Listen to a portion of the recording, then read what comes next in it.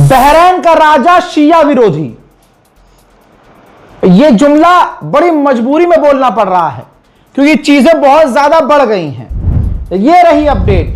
पहले बता दूं, बहरैन के अंदर शिया सुन्नी मिलकर रहते हैं और अच्छी खासी आबादी शिया समुदाय की भी है। तो अब हुआ यह है कि बहरैन के राजा ने ऐलान किया है कि जिन लोगों ने हमसे गद्दारी की है, जिन लोगों को हमने ग्रीन कार्ड दिया है, जो सिटीजनशिप दी है, जो हमारे यहां आकर सिटीजन बने और रहे, हम उनसे नागरिकता छीनेंगे। यह खासकर शिया समुदाय के लिए है, ठीक है।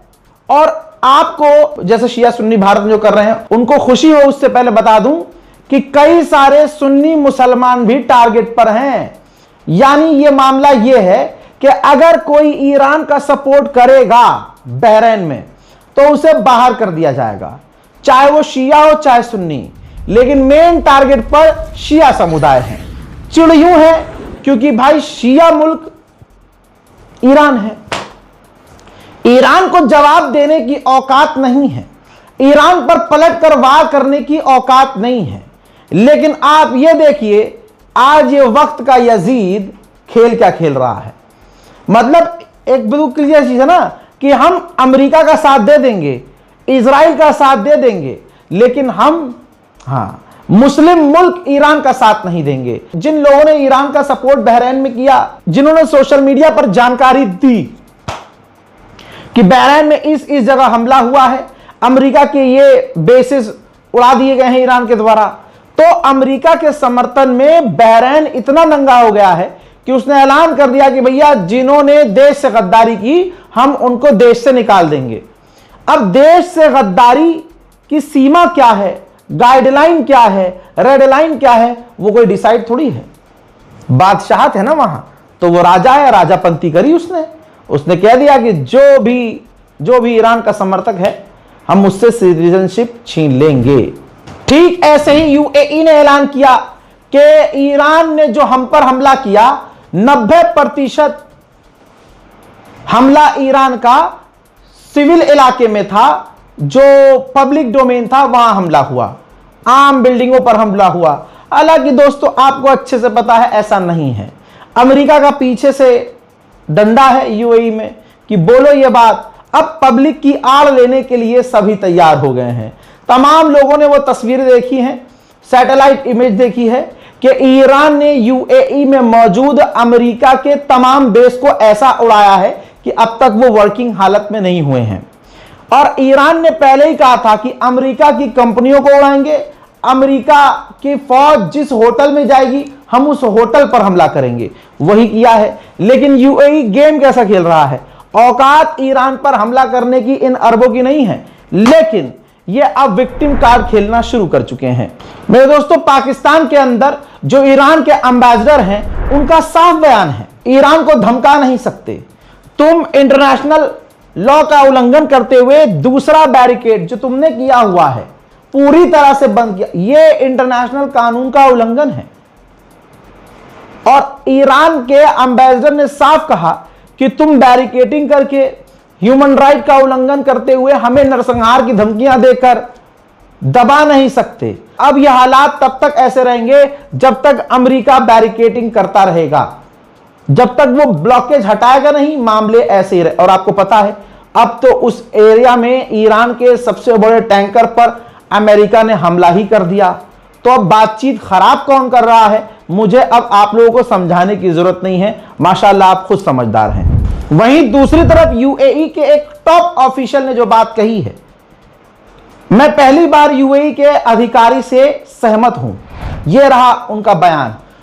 यूएई के टॉप ऑफिशियल ने कहा है कि अब हमें जरूरत नहीं है अमेरिका की, हमें बस हथियार बेस्ट चाहिए, अमेरिका के हो, बेस्ट हथियार हो। हम खुद उनके जरिए ईरान के हमलों को रोक सकते हैं, ईरानी हमलों को रोक सकते हैं। हमने पिछली जंग में देख लिया कि अमेरिका के ये बेस जो हमारे यहां हैं ये सिर्फ हमारे लिए बोझ हैं, ये हमें बचा नहीं सकते, लिहाजा हम अपने आप को खुद बचा सकते हैं। अब ये अमेरिका के बेस हमारे मुल्क पर एक बोझ है और कुछ नहीं। हजरात यही बात तो मैं कहता हूं, यही बात तो ईरान कहता है कि अल्लाह ना करे यूएई पर कभी ईरान खुद हमला कर दे आपसी लड़ाई में और अमेरिका ना हो, तो ईरान से डायरेक्ट खुद लड़े, यूएई करे तेहरान पर हमला, करे भाई मशहद पर हमला, जैसे अमेरिका और इजराइल ने किया। और अगर अमेरिका होगा नहीं इन देशों में, अरब देशों में, तो लड़ाई किस बात की? अभी तक Iran UAE, Bahrain, Kuwait, Saudi इन सबको भाई कहकर संबोधित कर रहा है। फसाद की जड़ कौन है? ये तमाम हमारे शिया, सुन्नी, देवबंदी, बरेलवी सारे मुसलमान सोच लें। फसाद की जड़ सिर्फ यही है कि भाई अरब में अमेरिका कर क्या रहा है। ये सारी बैरिकेडिंग, ये सारी फौज इजराइल के सपोर्ट में ही तो तैनात अरब में की है अमेरिका ने। तो ईरान कहां गलत है?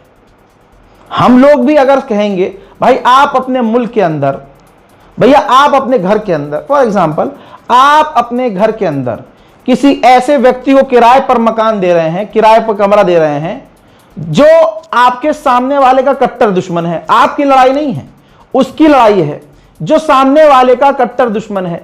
आपने उसको, आपके घर के आगे एक व्यक्ति रहता है, आपसे उसकी दोस्ती अच्छी है, सलाम दुआ बहुत बढ़िया है, लेकिन आपने उसके दुश्मन को अपने यहां किराए पर मकान दे दिया।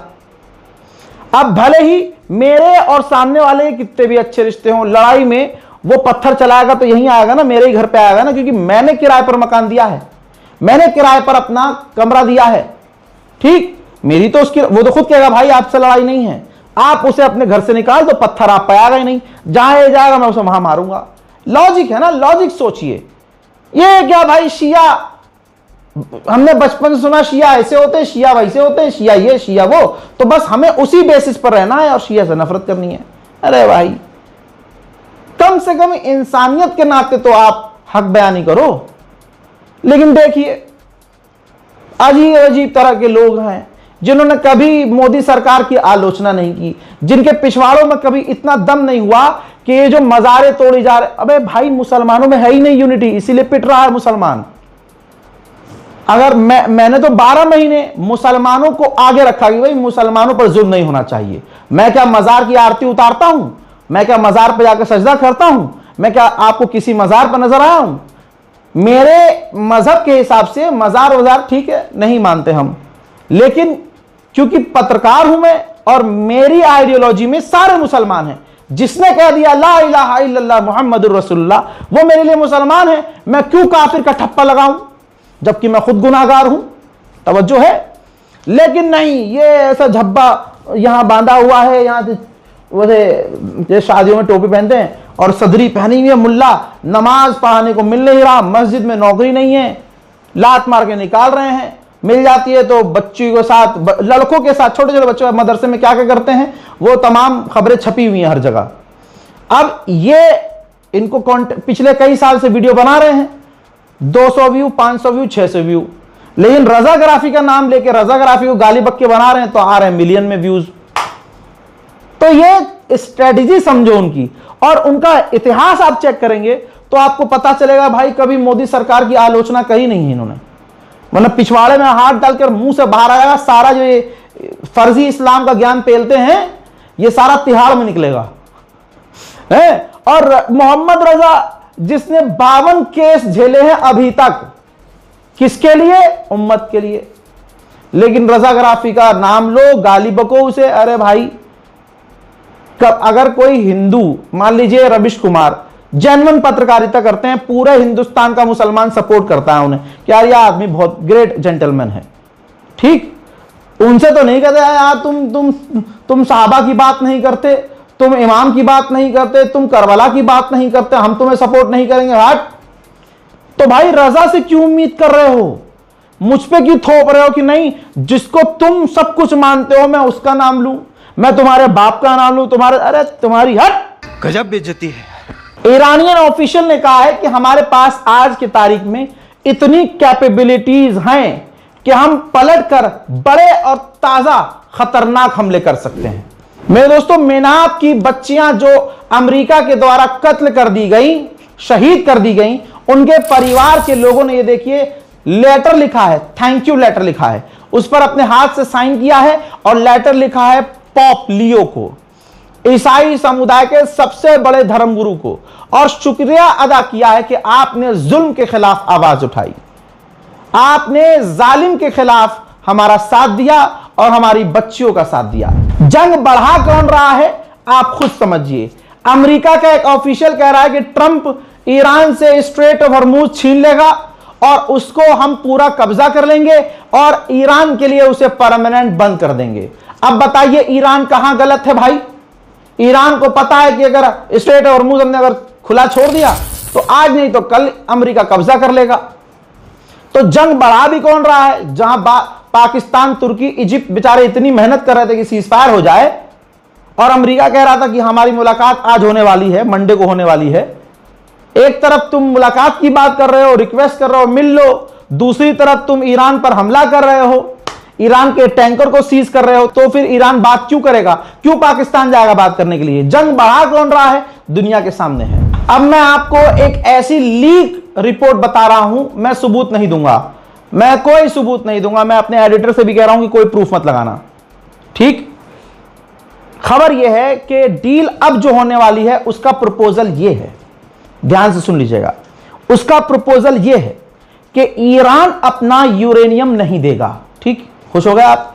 लेकिन अमेरिका, इजराइल कैसे सेटिस्फाई हो रहे हैं? वो इस डील पर राजी कैसे हो रहे हैं?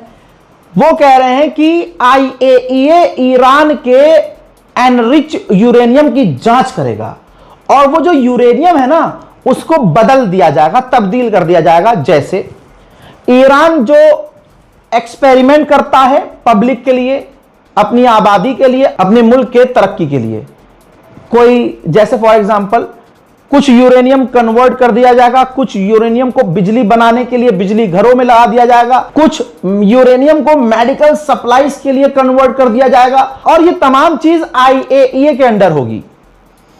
तो फिर यूरेनियम का खतरा ही नहीं और 15 साल के लिए ईरान को यूरेनियम एनरिच करने से रोक दिया जाएगा, ठीक? और ईरान जो पहले ही कह रहा है कि हम परमाणु नहीं बना रहे थे, ना बनाएंगे, अभी भी कहा है कि हम परमाणु नहीं बनाएंगे, तो फिर भाई 15 साल के लिए अगर कह दिया कि हम एनरिच नहीं करेंगे तो ईरान पर फर्क तब भी नहीं पड़ेगा, क्योंकि ईरान ना पहले परमाणु बना रहा था, ना भी उसका इरादा है, ना अभी जो सुप्रीम लीडर बने हैं ना उन्होंने ऐलान किया कि हम परमाणु बनाएंगे।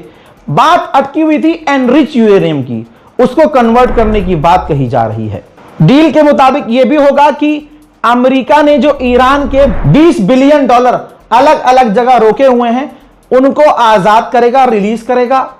ईरान भी धीरे धीरे स्ट्रेट ऑफ हॉर्मूज के कुछ कुछ हिस्सों को अमेरिका के लिए खोलेगा और ईरान जिस जिस देश से चाहे उससे पैसा टोल ले सकता है, यानी स्ट्रेट ऑफ हॉर्मूज ईरान के ही कंट्रोल में रहेगा, लेकिन ईरान खोल देगा पूरी तरह से। इसके बदले एक और चीज होगी, ईरान के ऊपर जो पाबंदियां लगी हैं उनमें से कुछ कुछ पाबंदियां अमेरिका हटा देगा।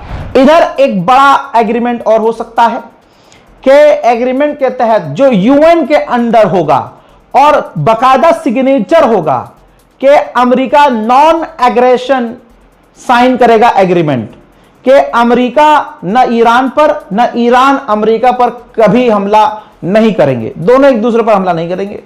यूएन के अंडर ये एग्रीमेंट सिग्नेचर होगा। और ईरान की एक और बात मानी जाएगी इसमें कि अमेरिका पर्शियन गल्फ से अपनी तमाम फौज निकाल लेगा। क्लियर कर दूं, पर्शियन गल्फ से, मिडिल ईस्ट से नहीं, पर्शियन गल्फ से अमेरिका तमाम फौज अपनी हटा लेगा। ये एग्रीमेंट में है।